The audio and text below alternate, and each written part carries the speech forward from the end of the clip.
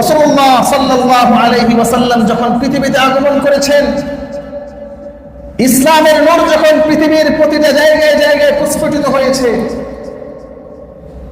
যে নারীকে মর্যাদার আস্থা করে নিক্ষেপ করা হয়েছে, যেই নারীর জন্ম নেওয়াটাই ছিল পাপ, সেই আস্তাকুট থেকে তুলে ইসলাম নারীকে মর্যাদার সর্বোচ্চ আসনে সমাসীন করেছে, বলেন সুবহানাল্লাহ।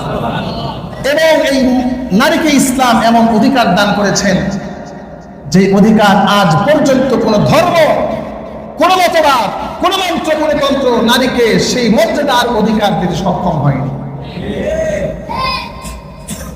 যে নারীর বেঁচে থাকাই ছিল দুঃসাহ, পাপ, কষ্টসাধ্য, সর্বপ্রথম ইসলাম এসে সেই নারীর বেঁচে থাকার অধিকার নিশ্চিত করেছে। সুবহানাল্লাহ।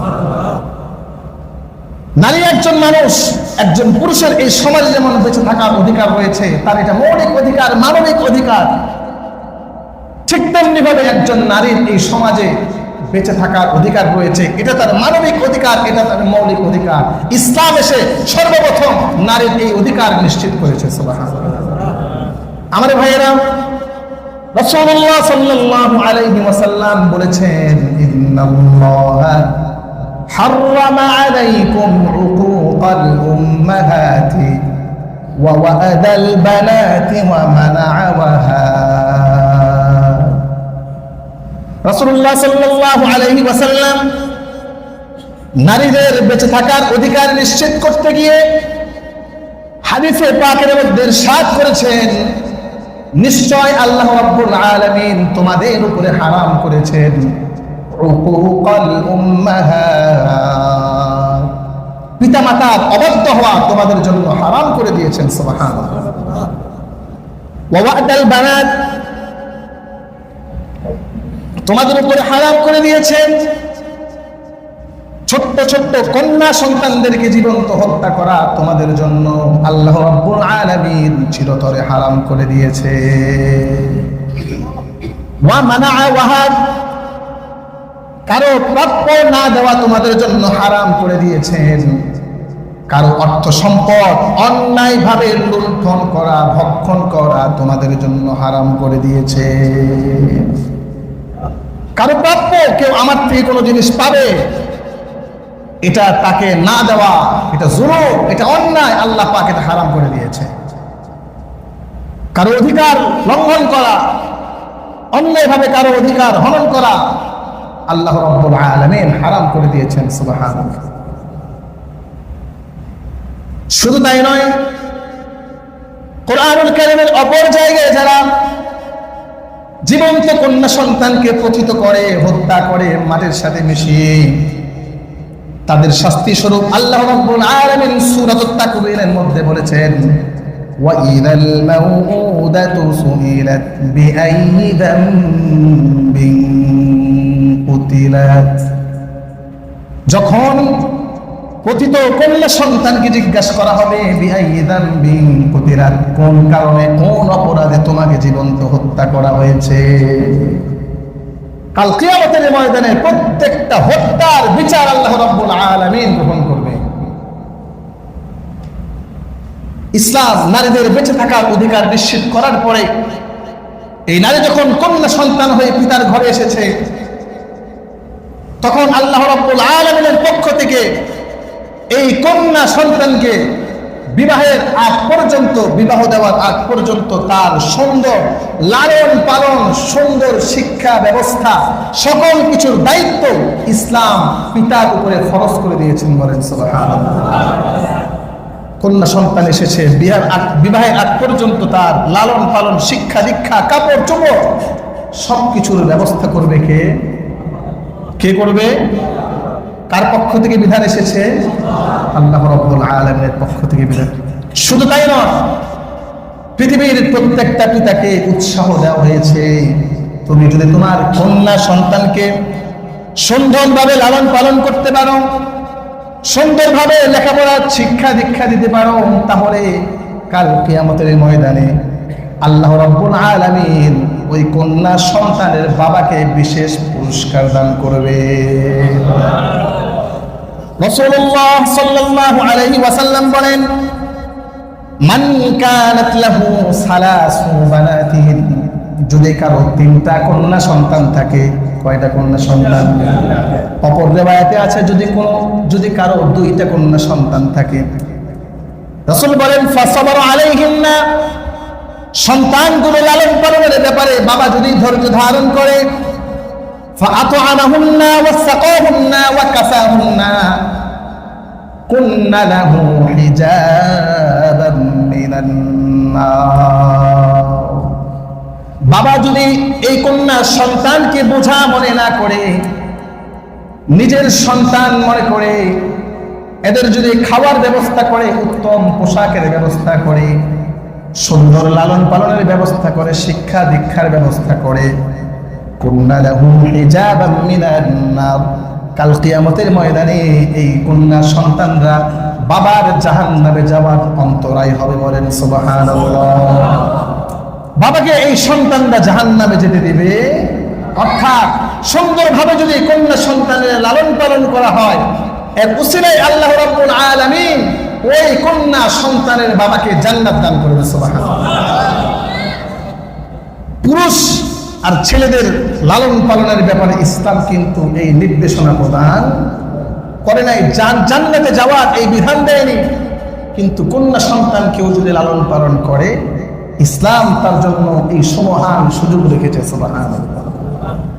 এজন্য আমার ভাইয়েরা বলতে যাচ্ছিলাম, কন্যা যখন একজন সন্তান, এর দায়িত্বভার ইসলাম বাবার উপরে দিয়েছেন, এবং এই বাবা যদি সুন্দরভাবে লালন পালন করতে পারে, তাহলে এই বাবার জন্য আল্লাহর প্রদত্ত, আল্লাহর পক্ষ থেকে জান্নাতের গ্যারান্টি দেওয়া হয়েছে। এত গেল আপনার কন্যা সন্তান। যখন কন্যা হিসেবে থাকবে একজন নারী, রাসূলের অপর হাদিস, লা তাকরাহুল বানাত, তোমরা নারীদেরকে, কন্যাদেরকে অপছন্দ করিও না, তোমরা কন্যাদেরকে অপছন্দ করিও না। রাসূল বলছেন ফাইন্নাহুন্নাল মুনিসাতুল গালিয়াত, কারণ কন্যারা, মেয়েরা হলো ছেলেদের তুলনায় অন্তরঙ্গতা পোষণকারী মূল্যবান সম্পদ। সুবহানাল্লাহ। ছেলেদের চাইতে মেয়েদের অন্তরে পিতামাতার ব্যাপারে ভালোবাসা, শ্রদ্ধা সবকিছুই কি থাকে? সবকিছু কি থাকে? বেশি থাকে। এই জন্য রাসূল বলেছেন লা তাকরাহুল বানাত, কন্যা সন্তানকে কখনোই অপয়া মনে করিও না, কন্যা সন্তানকে কখনোই বোঝা মনে করিও। এই সন্তান যখন বোন, নারী যখন বোনের ভূমিকায় থাকে, ইসলাম বলেন বোন হিসাবে তার অধিকার হলো ওই একই হাদিস, মান কানাত লাহু সালাসু বানাত আও আখাওয়াত, কারো যদি 3টা বোন থাকে, অথবা কারো যদি 2টা বোন থাকে, অথবা কারো যদি 1টা বোন থাকে, এবং ভাইটা সে যদি পুঙ্খানুপুঙ্খভাবে পালন করে, তার সুন্দর লালন পালনের ব্যবস্থা করে, পোশাকের ব্যবস্থা করে, উত্তম খাবারের ব্যবস্থা করে, সুন্দর লেখাপড়ার ব্যবস্থা করে, শিক্ষা দীক্ষার ব্যবস্থা করে, রব্বুল আলামিন প্রতিদান স্বরূপ তার জন্য জান্নাত দান করবেন। সুবহানাল্লাহ। তাহলে এই নারী যখন বোন, অধিকার আর মর্যাদায় সর্বোচ্চ আসনে এই বোনকে সমাসীন করেছেন। সুবহানাল্লাহ। আমার ভাইয়েরা, এই নারী যখন স্ত্রীর ভূমিকায় থাকে, ইসলাম স্ত্রীর জন্য সুউচ্চ মানের অধিকার মর্যাদা দান করেছেন। ইসলাম বলছেন যখন কোন নারীকে স্ত্রী হিসেবে গ্রহণ করা হবে, তখন তার মর্যাদার দিক লক্ষ্য করে সর্বপ্রথম বিবাহ করার সময় তাকে মহরানা দান করতে হবে। বলেন সুবহানাল্লাহ। মোহর ছাড়া কোনো মেয়েকে বিবাহ দেওয়া যাবে, এটা একজন নারীর প্রতি ইসলামের পক্ষ থেকে সর্বোচ্চ সম্মান। সুবহানাল্লাহ। বলেন রব্বুল আলামিন বলেন ওয়াতুন নিসা সাদুকাতিহিন্না নিহলা, তোমরা তোমাদের স্ত্রীদের মোহর পরিপূর্ণভাবে প্রদান করো। বলেন সুবহানাল্লাহ। স্ত্রীকে যখন স্ত্রী হিসেবে ঘরে নিয়ে আসবে, তখন তার সম্মান, তার মর্যাদা, তার অধিকার হলো সর্বপ্রথম তার মহরানা পরিশোধ করতে হবে। সুবহানাল্লাহ।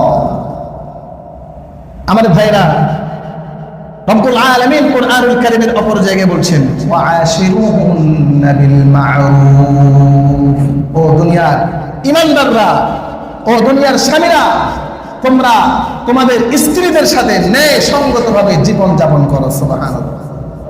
অধিকার সম্পর্কে রব্বুল আলামিন বলছেন ওয়ালাহুন্না মিসলুল্লাযী আলাইহিন্না বিল মা'রুফ ওয়ালিররিজালি আলাইহিন্না দারাজাত। স্বামী হিসাবে স্ত্রীর উপর যে পরিমাণ অধিকার আছে, একজন স্ত্রী হিসাবে স্বামীর উপরও সেই পরিমাণ অধিকার আছে। একজন নারীকে তুমি যখন স্ত্রী হিসেবে গ্রহণ করবে, তোমার বাসায় নিয়ে আসবে, এ নারীর ভরণ পোষণ চিকিৎসা সব কিছুর দায়িত্ব ইসলাম স্বামীর কাছে দিয়ে নারীকে সর্বোচ্চ মর্যাদার আসরে সমাসীন করেছে, বলেন সুবহানাল্লাহ।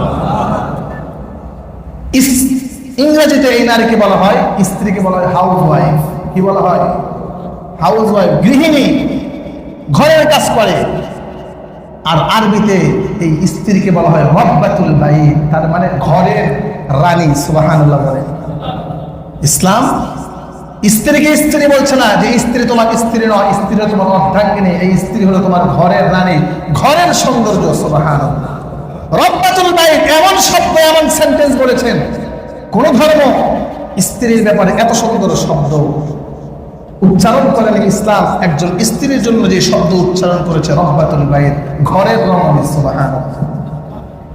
আমার ভাইরা, রাসূলুল্লাহ সাল্লাল্লাহু আলাইহি ওয়াসাল্লাম বলছেন, আলোচনা সংক্ষিপ্ত করার চেষ্টা করছি, ইস্তাউসু বিন নিসাই খায়রা, তোমরা তোমাদের মহিলাদের সাথে সৎ ব্যবহারের ব্যাপারে আমি রাসূলের পক্ষ থেকে উপদেশ গ্রহণ করো। খবরদার, তোমরা তোমাদের স্ত্রীর সাথে কখনো অসৎ ব্যবহার করবে না। জীবন চলার পথে সব সময় তাদের অধিকারগুলোকে প্রায়োরিটি দেওয়ার চেষ্টা করবে। সুবহানাল্লাহ। তাহলে এই নারী যখন স্ত্রী, ইসলাম এই নারীকে সর্বোচ্চ অধিকার দিয়েছে, বলেন সুবহানাল্লাহ। শুধু তাই নয়, একজন স্বামী স্বামী হিসেবে তার ক্যারেক্টার কেমন, তার লয়ালিটি কেমন, এটার মাপকাঠি দেওয়া হয়েছে স্ত্রীর উপরে। সুবহানাল্লাহ। আমি স্বামী হিসেবে কেমন, ভালো না মন্দ, কতটুকু ভালো, কতটুকু লয়াল, এটা ইসলাম স্ত্রীর উপরে অর্পণ করে দিয়েছে। রাসূল বলেন, খায়রুকুম খায়রুকুম লিআহলিহি, তোমাদের মধ্যে সেই সর্বোত্তম, তোমাদের মধ্যে সেই স্বামী হলো ভালো যে তার স্ত্রীর কাছে ভালো। স্ত্রী যদি বলে আমার স্বামী ভালো, বুঝতে হবে সে সত্যিকার অর্থে ভালো। আর স্ত্রীর পক্ষ থেকে যদি সার্টিফিকেট দেওয়া হয় আমার স্বামী ভালো না, তাহলে ইসলাম বলছে বাস্তবে সেই স্বামী ভালো। তাহলে স্বামীর ভালো আর খারাপের সার্টিফিকেট দিবে কে? কে দিবে? স্ত্রী। এই সার্টিফিকেট দেওয়ার মাধ্যমে তার সম্মান ইসলাম অনন্য উচ্চতায় পৌঁছে দিয়েছে। সুবহানাল্লাহ। আমার ভাইরা, এই নারী যখন মা, মা হিসেবে নারীর কি অধিকার, মা হিসেবে নারীর কি মর্যাদা, এটা আমরা কম বেশি সকলেই। ওয়াকাদা রাব্বুকা আল্লা তা'বুদু ইল্লা ইয়্যাহু ওয়া বিল ওয়ালিদাইনি ইহসানা। রাসূলুল্লাহ সাল্লাল্লাহু আলাইহি ওয়াসাল্লামের সাহাবী আবু হুরায়রা রাদিয়াল্লাহু তাআলা আনহু থেকে বর্ণিত, এক ব্যক্তি রাসূলুল্লাহ সাল্লাল্লাহু আলাইহি ওয়াসাল্লামের কাছে আসলেন, এসে বললেন, মান আহাক্কুন নাসি বিহুসনি সাহাবাতি, আমার পক্ষ থেকে সৎ ব্যবহার পাওয়ার উপযুক্ত ব্যক্তিকে। রাসূল বলেছেন, উম্মুকা, তোমার পক্ষ থেকে সর্বপ্রথম সৎ ব্যবহার পাবে যে ব্যক্তি, সে হলো তোমার মা। সুবহানাল্লাহ। তারপরে রাসূল বলছেন তোমার মা, তারপরে রাসূল বলেন তোমার মা, তারপরে রাসূল বলছেন তোমার বাবা। সুবহানাল্লাহ। নারীর কথা কয়বার বলা হয়েছে? কয়বার বলা হয়েছে? তাহলে মা হিসাবে এমন অধিকার, এমন সম্মান ইসলাম মায়ের প্রদান করেছেন। ইসলাম বলছেন, আল জান্নাতু তাহতা আকদামিল উম্মাহাত, মায়ের পায়ের নিচে সন্তানের বেহেশত। কোন ধর্ম এই কথা বলেনি। আমার ভাইরা, ইসলাম আমি বোঝানোর জন্য চেষ্টা করছি, কন্যা, নারী যখন কন্যা, নারী যখন বোন, নারী যখন স্ত্রী, নারী যখন মা, নারীর জীবনের সর্বক্ষেত্রে ইসলাম তাকে অধিকার দিয়েছেন, পরিপূর্ণ অধিকার। ইসলাম তাকে মর্যাদা দিয়েছেন, সর্বোচ্চ মর্যাদা। ইসলাম তাকে প্রায়োরিটি দিয়েছেন, সর্বোচ্চ প্রায়োরিটি। এমনকি কোনো কোনো জায়গায় ইসলাম পুরুষদের চাইতে অনেক জায়গায় নারীদেরকে প্রাধান্য দিয়েছেন। সুবহানাল্লাহ। কিন্তু এত কিছুর পরেও আজকে দুঃখের সাথে বলতে হয় যে আমাদের বাংলাদেশের তথাকথিত ভুঁইফোড় নারীবাদী সংস্কার কমিশনের কিছু শাহবাগী নারী, তারা সংস্কার করেছে, নারী বিষয়ক সংস্কার। এই সংস্কারের মধ্যে কিছু প্রস্তাবনা এসেছে, যে প্রস্তাবনাগুলো সরাসরি আল্লাহর কোরআনের সাথে সাংঘর্ষিক। সেই সংস্কারগুলো কি কি? তিনটা সংস্কারের আলোচনা আপনাদের সামনে করছি। এক নাম্বার সংস্কার, তারা বলেছেন যে সমস্ত ধর্মীয় আইনের ঊর্ধ্বে গিয়ে উত্তরাধিকার সূত্রে নারী এবং পুরুষকে সমান সম্পদ দিতে হবে। নাউযুবিল্লাহ, জোরে বলবেন না নাউযুবিল্লাহ। তাদের বক্তব্য হলো সকল ধর্মীয় আইনের ঊর্ধ্বে গিয়ে নারী এবং পুরুষকে উত্তরাধিকার সূত্রে সমানভাবে সম্পদ দিতে হবে। এটা সূরাতুন নিসা আল্লাহর আইনের সরাসরি সাংঘর্ষিক। নাউযুবিল্লাহ। আল্লাহ রাব্বুল আলামিন বলছেন, ইউসিকুমুল্লাহু ফি আওলাদিকুম, ইউসিকুমুল্লাহু ফি আওলাদিকুম। আল্লাহ রাব্বুল আলামিন তোমাদের সন্তানদের ব্যাপারে তোমাদেরকে নির্দেশ দেয়। কি নির্দেশ? লিযযাকারি মিসলু হাজ্জিল উনসায়াইন। দুইজন কন্যা সন্তান যা পাবে একজন পুরুষ তাই পাবে। সুবহানাল্লাহ। এটা কার বিধান? এটা কার বিধান? দুইজন নারী যে পাবে, দুইজন নারী 5 10 টাকা যদি পায়, একজন ছেলে সন্তান একাই কত টাকা পাবে? এটা দুনিয়ার কোন মানুষের বানানো বিধান নয়, এটা আল্লাহ প্রদত্ত কোরআনুল কারীমের শাশ্বত বিধান। সুবহানাল্লাহ। আজকে তারা তাদের সংস্কার আইনের প্রস্তাবনার মাধ্যমে সরাসরি আল্লাহ এই কোরআনের বিরুদ্ধাচরণ করেছে। বলেন নাউযুবিল্লাহ। আল্লাহ রাব্বুল আলামিন এই আইন কেন করলো? প্রশ্ন হতে পারে যে নারীদের জন্য অর্ধেক, পুরুষ যা পাবে তার অর্ধেক পাবে নারী। এক নাম্বার এর উত্তর হলো যে এটা হলো আল্লাহর আইন। আল্লাহ যা খুশি তার বান্দাদের উপরে আইন প্রণয়ন করতে পারে। আমার ভাইরা, এক পৃষ্ঠা জুড়ে আল্লাহ রাব্বুল আলামিন উত্তরাধিকার বন্টনের নীতিমালা বর্ণনা করেছেন। ছেলে কতটুকু পাবে, মেয়ে কতটুকু পাবে, মা থাকলে মা কতটুকু পাবে, বাবা থাকলে বাবা কতটুকু পাবে, দাদা থাকলে দাদা কতটুকু পাবে, স্বামী থাকলে স্ত্রী, স্বামী মারা গেলে স্ত্রী কতটুকু পাবে, স্ত্রী মারা গেলে স্বামী কতটুকু পাবে, বৈমাত্রীয় ভাই বোন কতটুকু পাবে, বৈপিত্রীয় ভাই বোন কতটুকু পাবে।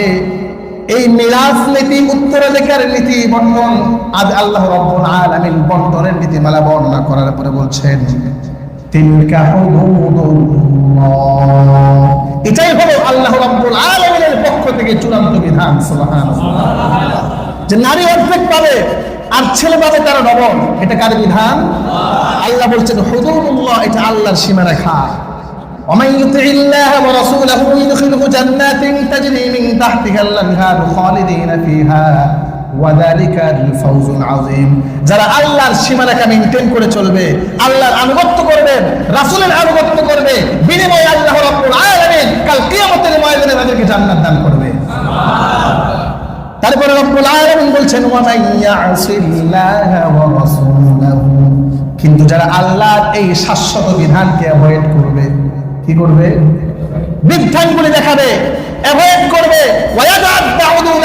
আল্লাহর সীমারেখে লঙ্ঘন করবে, ইউদখিলহু নারান খালিদান ফিহা। আল্লাহ রাব্বুল আলামিন তাদেরকে জাহান্নামে রাস্তা করে নিক্ষেপ করবে। কার কথা? কার কথা? সুতরাং আমরা দায়িত্বহীন কণ্ঠে বলতে চাই, নারী সংস্কার কমিশনের পক্ষ থেকে উত্তরাধিকার সূত্রে ছেলে মেয়ে সমান বন্টন পাবে যে আইন সংস্কারের প্রস্তাবনা দেওয়া হয়েছে, এই আইন প্রস্তাবনাকে বাংলার 18 কোটি তাওহীদি জনতা সরাসরি ঘৃণা করে প্রত্যাখ্যান করেছে। কথা বলেন, আল্লাহর আইনের সাথে সাংঘর্ষিক কোন মুসলমান এটা ঘুরে মানতে না রাজি নয়। আমরা কেউ যদি এটা মানে, কেউ যদি সাপোর্ট করে, অন্তর থেকে কেউ যদি বিশ্বাস করে, তার বিন্দুমাত্র পরিমাণ ঈমান এটা আল্লাহর আইনের সাথে সাংঘর্ষিক। আমি এটা কিভাবে প্রস্তাব করতে পারি আর আমি এটা কিভাবে গ্রহণ করতে পারি, বাস্তবায়ন তো দূর কি বাত है। এটা আল্লাহর আইন। প্রশ্ন হতে পারে আল্লাহ রাব্বুল আলামিন এই আইন কেন করলো? এক নম্বর কথা, আল্লাহর ইচ্ছা। আল্লাহর যা ইচ্ছা আল্লাহ তাই করতে পারে। বান্দার কাজ হলো চোখ বন্ধ করে সেটা মেনে নেওয়া। মনে রাখতে হবে আল্লাহর প্রত্যেকটা বিধানের মধ্যে যুক্তি আছে। কেন পুরুষকে বেশি দেওয়া হয়েছে? কেন পুরুষকে বেশি দেওয়া হয়েছে? কারণ পৃথিবীতে এই সমাজে জীবন চলার পথে নারীদের চাইতে পুরুষদের কাঁধে আল্লাহ রাব্বুল আলামিন দায়িত্ব বেশি দিয়েছেন। বলেছিলাম একজন নারী জন্ম থেকে শুরু করে সে যখন কন্যা, সে যখন বউ, সে যখন স্ত্রী, সে যখন মা, কোনো খাতে একজন নারীর কোনো নিজের দায়িত্ব, নিজের কোনো খরচ নেই, নিজের কোনো নাই। জন্ম থেকে নিয়ে বিবাহ পর্যন্ত এর খরচের দায়িত্ব কার উপরে? বাবার উপরে। যখন বিবাহ দেওয়া হবে, স্বামী যতদিন পর্যন্ত থাকবে তার সমস্ত ধরনের ভরণ পোষণ, চিকিৎসা, অন্ন, বস্ত্র, বাসস্থান সকল কিছুর দায়িত্ব ইসলাম স্বামীর উপরে ফরজ করে দিয়েছে। স্বামী যদি না থাকে, সন্তান আছে, সন্তানের উপরে ইসলাম ফরজ করে দিয়েছে। সন্তান যদি না থাকে, বোন হিসেবে ভাইয়ের উপরে আল্লাহ রাব্বুল আলামিন তার সমস্ত ধরনের সুযোগ সুবিধার ব্যবস্থা করে দেওয়া ফরজ করে দিয়েছে। ভাইও যদি না থাকে, ইসলাম বলে রাষ্ট্রীয় পর্যায় থেকে এই মহিলার ভরণ পোষণের দায়িত্ব নেওয়া হবে। তাহলে কোনো খাতেই কিন্তু একজন মহিলার কোনো খরচ নাই। আপনি চিন্তা করে দেখেন, কথার কথা 10 বছর আগে বিবাহ করেছি, কয় বছর আগে? 10 বছর আগে বিবাহ করেছেন, স্ত্রীর মহর ছিল মনে করেন 2 লাখ টাকা, 2 লক্ষ টাকা স্বর্ণ দিয়েছে। 10 বছর পরে আজকে সেই সোনার দাম কত? আগে ছিল 10 বছর আগে ছিল 40,000 টাকা, 30,000 টাকা ভরি, আর আজকে সেই সোনা বর্তমান বাজারে 1,72,000 টাকা ভরি। তাহলে এই 10 বছরে তার কিন্তু এক চিমটি সোনাও কিন্তু ক্ষয় হয়নি, বরং তরতর করে তার 2 লক্ষ টাকা আজকে 5 লক্ষ টাকা হয়ে গিয়েছে, 10 লক্ষ টাকা হয়ে গিয়েছে।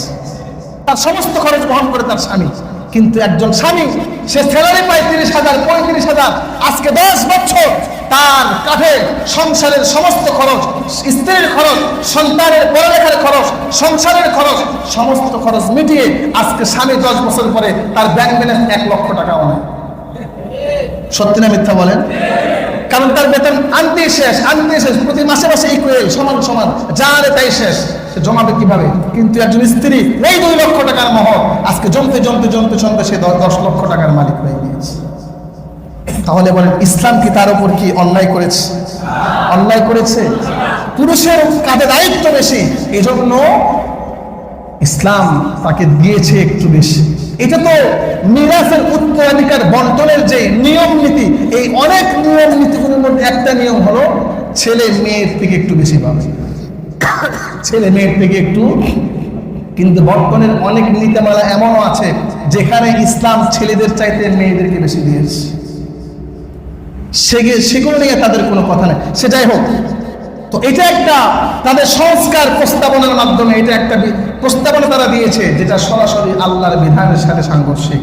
সেটা হলো ধর্মীয় আইনের ঊর্ধ্বে গিয়ে উত্তরাধিকার সূত্রে ছেলে মেয়েকে সমানভাবে সম্পদ কি করতে হবে? বন্টন করতে হবে। বলেন তো এটা আল্লাহর আইনের সাথে সাংঘর্ষিক কিনা? সাংঘর্ষিক কিনা? আমরা এটা প্রত্যাখ্যান করি, আমরা এটা প্রত্যাখ্যান করি।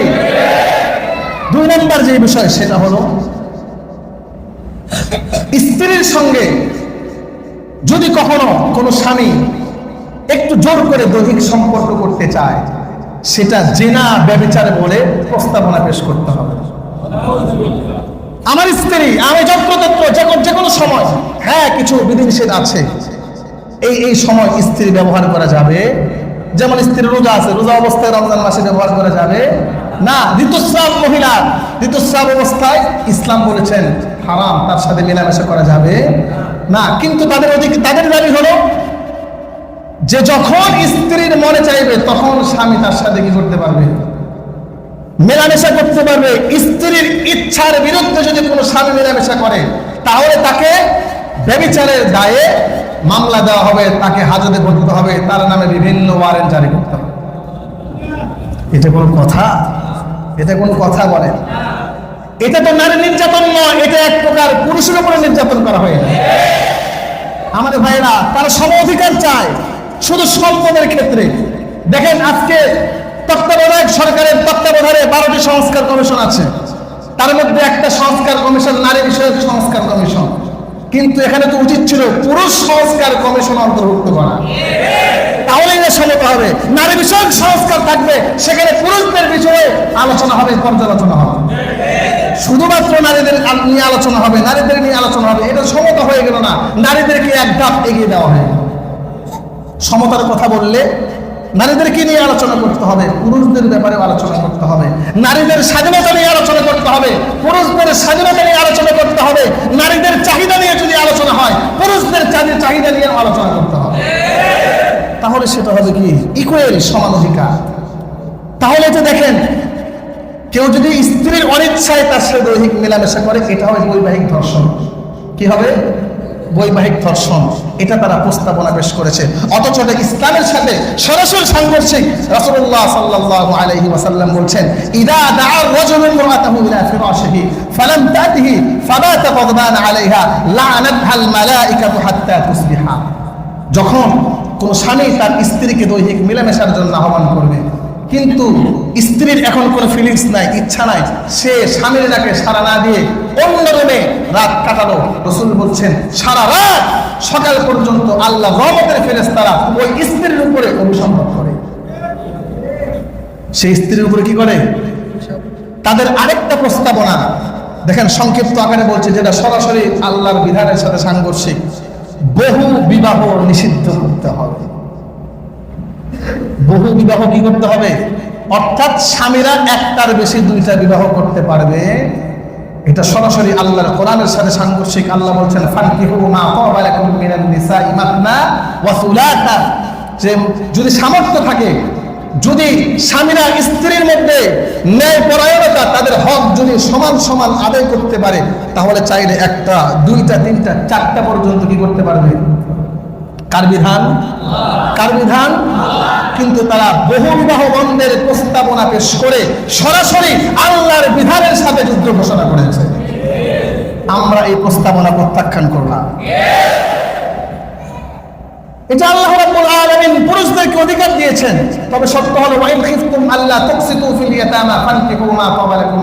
তোমরা যদি ভয় করে দুই স্ত্রীর মধ্যে সমতা রক্ষা করতে পারবে না। দেখেন, ইসলাম এর উপরে কঠোর। দুইটা বিবাহ করবে, তোমার অনুমতি আছে, তবে দুইজনের উপরে তোমার সমান ব্যবহার, আচার আচরণ করতে হবে। তাকে যদি 2000 টাকার কাপড় কিনে দাও, তোমার ওই স্ত্রীকেও 2000 টাকার কাপড় কিনে দিতে হবে। তাকে যে মানের তুমি খাবার দাবারের ব্যবস্থা দাও, তোমার অন্য স্ত্রীকেও সেই মানের খাবার দাবার দেওয়ার ব্যবস্থা থাকতে হবে, সামর্থ্য থাকতে হবে। যদি এই সামর্থ্য না থাকে, তোমার জন্য দ্বিতীয় বিবাহ করা হারাম। কিন্তু তারা দেখেন কতটা কুচ্চা, কতটা পশ্চিমা সভ্যতায় তারা আজকে অভ্যস্ত। এদিকে স্ত্রীর ফিলিংস না থাকলে দৈহিক সম্পর্ক করা যাবে না, আবার এই দিক পুরুষও বেশি বিবাহ করতে পারবে।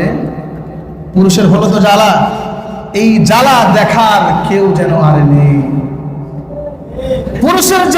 পুরুষের উপরে যে নির্যাতন, মানসিক নির্যাতন, দৈহিক নির্যাতন করা হচ্ছে, প্রত্যক্ষভাবে পরোক্ষভাবে এই নির্যাতন যেন দেখার কেউ নেই। একদিকে দৈহিক মেলামেশা করতে পারবে না, স্ত্রী ব্যবহার করতে পারবে না, আরেকদিকে বিবাহ করতে পারবে না। কি করবে? তারা রাস্তা বের করে দিচ্ছে। তোমার স্ত্রী যদি ফিলিংস না থাকেন, তুমি ব্রথেলে যাও, পতিতালয়ে যাও, তোমার দৈহিক যেই খায়েশ আছে, তুমি তোমার খায়েশগুলো মিটিয়ে নিয়ে আসো। হ্যাঁ, দেখেন তাদের এক প্রস্তাবনা, সেটা হলো যৌন কর্মীদেরকে শ্রমিক হিসাবে স্বীকৃতি দিতে হবে। সমাজের যে সমস্ত পতিতারা আছে, নিষিদ্ধ পতিতা, যারা সামাজিকভাবে ব্যান্ডেড, যারা শরীয়তভাবে ব্যান্ডেড, এই সমস্ত অন্ধকার জগতের এই পতিতাদেরকে শ্রমিকের মর্যাদা দিতে হবে। অর্থাৎ একজন ইটার ভাটার শ্রমিক যেমন সারাদিন শ্রম দিয়ে সে শ্রমিকের মর্যাদা পেয়েছে, যৌন কর্ম করা, সেক্স ওয়ার্ক করা, এটাও যেহেতু একটা কর্ম, অন্যান্য কর্মীদের মতো এই পতিতাদেরকেও যৌন কর্মী হিসাবে, শ্রমিক হিসাবে স্বীকৃতি দিতে হবে না। অথচ আল্লাহ রাব্বুল আলামিন সরাসরি কোরআনুল কারীমের মধ্যে বলছেন, ওয়ালা তাকরাবুজ জিনা ইন্নাহু কানা ফাহিশা। খবরদার, জিনা দূরের কথা, ব্যভিচার দূরের কথা, ধর্ষণ দূরের কথা, রেপ দূরের কথা, ধর্ষণের কাছেও যাওয়া যাবে না। তারা আজকে এই ধর্ষণের রাস্তা খুলে দিচ্ছে। আমার ভাইরা খুব ভালো করে বোঝার চেষ্টা করবেন, খুব সূক্ষ্মভাবে ষড়যন্ত্র করে তারা এই যৌন কর্মীদেরকে শ্রমিকের স্বীকৃতি দিয়ে, শ্রমিকের মর্যাদা দিয়ে আমার বাংলাদেশে মুসলমান যুব সমাজদেরকে পশ্চিমা সভ্যতা তাদের মধ্যে বাস্তবায়ন করার জন্য, তাদেরকে অন্ধকার জগতের দিকে ঠেলে দেওয়ার জন্য এই যৌন কর্মীদেরকে আর আজকে তারা শ্রমিকের মর্যাদা দেওয়ার ঘৃণ প্রস্তাবনা পেশ করেছে।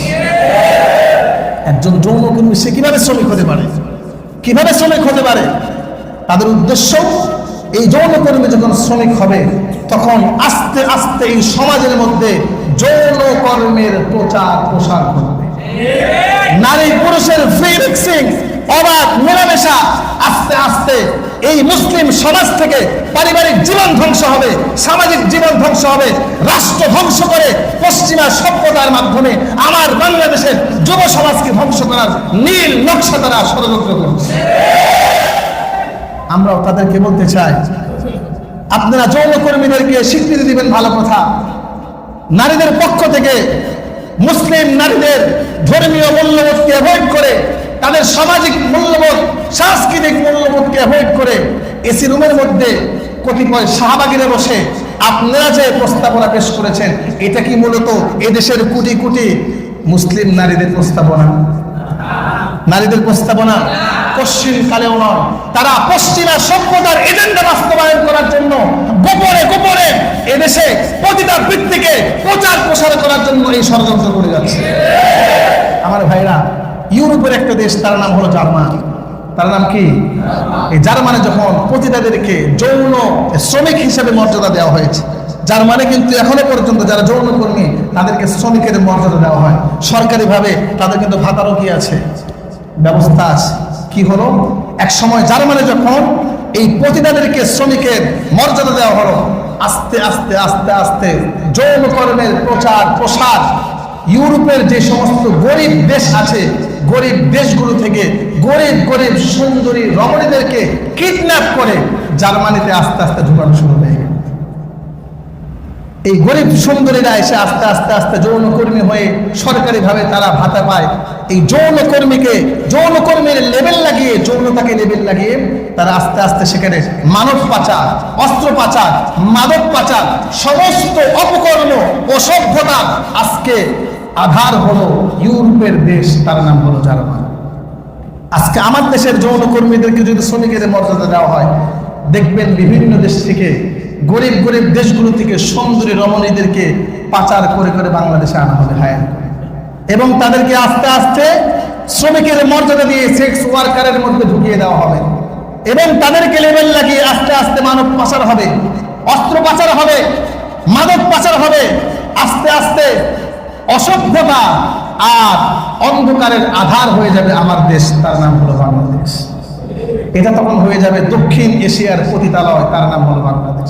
এবং তারা এটাই করতে চায়, তারা এটাই, তাদেরকে আমরা বলে দিতে চাই, তোমরা যে প্রস্তাবনা করেছো, এই প্রস্তাবনার সাথে প্রায় 10টি প্রস্তাবনার সাথে কোরআনের সাথে সরাসরি সাংঘর্ষিক। এদেশের 18 কোটি জনগণ আপনাদের সেই সমস্ত প্রস্তাবনাকে ঘৃণা করে প্রত্যাখ্যান করেছে। কথা বলেন ঠিক কিনা? আমরা এই প্রস্তাবনা মানি না। কোরআনের সাথে সাংঘর্ষিক হওয়ার কারণে অবিলম্বে এই সমস্ত বৈফল নারী কমিশনের যে সমস্ত সদস্যরা আছে, কোরআনের বিরুদ্ধাচরণ করার কারণে এদেশের লক্ষ কোটি তৌহিদি জনতা ধর্মীয় মূল্যবোধে আঘাত করার কারণে আমরা চাই সরকারের পক্ষ থেকে তাদেরকে যথোপযুক্ত শাস্তি দেওয়া হোক। এবং আমরা চাই এই কমিশনকে বাদ দিয়ে নতুন কমিশন গঠন করা হোক, যারা এদেশের কোটি কোটি নারী, মুসলিম নারীদের ধর্মীয় মূল্যবোধকে সামনে রেখে, কোরআনের বিধানগুলোকে সামনে রেখে ওলামায়ে কেরামের সাথে পরামর্শ ক্রমে নতুন করে আবার নারী বিষয়ক সংস্কারের প্রস্তাবনা করবে। অবশ্যই আমরা সেটাকে সাপোর্ট করবো ইনশাআল্লাহ। ভালো কাজ নাই এদের মধ্যে, যত ধরনের শয়তানি। কথা বলে ঠিক কিনা? আজকে বাংলাদেশের নারীদের কোনো নিরাপত্তা নাই, স্কুলে নিরাপত্তা নাই, কলেজে নিরাপত্তা নাই, ভার্সিটির নিরাপত্তা নাই, রাস্তাঘাটে নারীদের কোনো নিরাপত্তা নাই। আগে সর্বপ্রথম উচিত ছিল তাদের বাংলাদেশের নারীদের সর্ব জায়গায় নিরাপত্তা নিশ্চিত করা। হাসপাতালে গেলে, ভালো একটা মার্কেটে গেলে নারীদের জন্য ভালো কোনো স্যানিটাইজেশনের ব্যবস্থা নাই, বাথরুম নাই। আপনাদের উচিত ছিল সেই ব্যাপারে আগে কথা বলা। দেখবেন বাস্তবেই নারীরা আসলে কোথায় গিয়ে মার্কেটে যাওয়ার আগে যাওয়া প্রয়োজন, কিন্তু মার্কেটে যাওয়ার পর তো হয় বিপত্তি। ভালো বাথরুম নাই, ভালো ওয়াশরুম নাই, এই মেয়েটা শহরে গিয়ে বিপদে পড়ে। মার্কেটে গিয়ে বিপদে পড়ে। আমাদের যে সমস্ত স্ত্রীরা আছে, মুসলমানদের স্ত্রী যারা নামাজি সফররত অবস্থায় যাবেন, দেখবেন বাংলাদেশের অধিকাংশ মসজিদে, সত্য কথা, অধিকাংশ মসজিদে এই মুসাফির মহিলাদের নামাজ পড়ার জন্য ভালো কোনো জায়গা নেই। একটা মেয়ে যেতেই পারে মার্কেটে, নামাজের সময় হয়ে গিয়েছে, দেখবেন এই মেয়ের কিন্তু নামাজ পড়ার কোনো সুব্যবস্থা। পুরুষদের যত্রতত্র ব্যবস্থা আছে, কিন্তু পুরুষদের পাশাপাশি উচিত ছিল নারীদেরও নামাজের কি করা ব্যবস্থা করে। আমাদের দোষের কারণে আমরা তো সময় মতো নামাজ পড়তে না থাকার কারণে আমাদের মহিলারা আজকে নামাজ থেকে মাহরুম হয়ে যাচ্ছে। এটা নিয়ে কথা বলেন, নারীর অধিকার নিয়ে কথা বলেন, নারীর নিরাপত্তা নিয়ে কথা বলেন, নারীর ধর্মীয় স্বাধীনতা নিয়ে কথা বলেন, আমরা আপনাদেরকে 100% সাপোর্ট করব। আজকে বাংলাদেশে ধর্মীয় স্বাধীনতা নাই। এই তো 2 দিন আগের ঘটনা, পটুয়াখালীর বাউফলে দাখিল পরীক্ষার্থী মহিলা পরীক্ষা দেয়, ম্যাজিস্ট্রেট এসেছে, পরীক্ষক এসেছে, এখন সবাইকে বলছে মুখ খোলার জন্য। 3 জন শিক্ষার্থী লজ্জায় মুখ না খোলার কারণে তাদেরকে পরীক্ষা দিতে দেওয়া হয়। ধর্মীয় স্বাধীনতায় আঘাত করা হয়েছে। এটা নিয়ে দেখবেন নারীবাদীরা কোনো কথা বলবে, কিন্তু ভাইরা এটা নিয়ে আমাদেরকে কথা বলতে হবে। আমাদের সন্তান, আমরা যদি কথা না বলি, আমার সন্তান ভবিষ্যতে তার নিরাপত্তা আমরা নিশ্চিত করতে পারবো না। সবচেয়ে হাস্যকর যে বিষয় বলে শেষ করে দেব, নারীরা তাদের প্রস্তাবনায় আলাদা করে নারীদের জন্য 300 আসনের প্রস্তাব করেছে। কয়টা আসন? যে বাংলাদেশে আলাদা করে 300টা এমপি মন্ত্রীদের আসন থাকবে, আবার আলাদা করে নারীদের জন্য 300 আসনের কি করা হবে? এটা কি সমতা? এটা কি নারী পুরুষের সমতা? আলাদা করে যদি নারীদের 300 আসন হয়, সমতা রক্ষা করার স্বার্থে আমরা বলবো তাহলে আলাদা করে নারীদেরও, পুরুষদেরও 300 আসনের ব্যবস্থা করা হবে। এমনি 300 আসনের এমপি মন্ত্রীদের জ্বালাই বাঁচি না। এত দুর্নীতি, এত দুর্নীতি, 300 আসনের এমপি মন্ত্রীদের দুর্নীতির কারণে অর্থনৈতিকভাবে আজকে বাংলাদেশ এমন চরম পর্যায়ে পৌঁছে গিয়েছে, বাংলাদেশের মানুষ আজকে দিনের আলোতে চন্দ্র দেখে আর রাতের আলোতে সূর্য দেখে। আরো যদি 300 আসন বাড়ানো হয়, তাহলে যে অর্থনৈতিকভাবে বাংলাদেশের অবস্থা কোন তলাতে দিলে আল্লাহ পাক ছাড়া কেউ জানে না। আল্লাহ রাব্বুল আলামিন আমাদেরকে বোঝার ব্যবস্থা করুন। আমি বলতে চাচ্ছিলাম, এমন কোন আইন প্রণয়ন করবেন না যে আইন প্রণয়ন করার কারণে বাংলাদেশের মুসলমানদের মধ্যে অস্থিতিশীল পরিবেশ তৈরি হয়। কোরআনের পক্ষে থেকে কোরআনের বিধানগুলোকে সামনে রেখে আইন প্রণয়ন করুন, আমরা আপনাদেরকে সাপোর্ট দেব। আল্লাহ পাক বোঝার তৌফিক দান।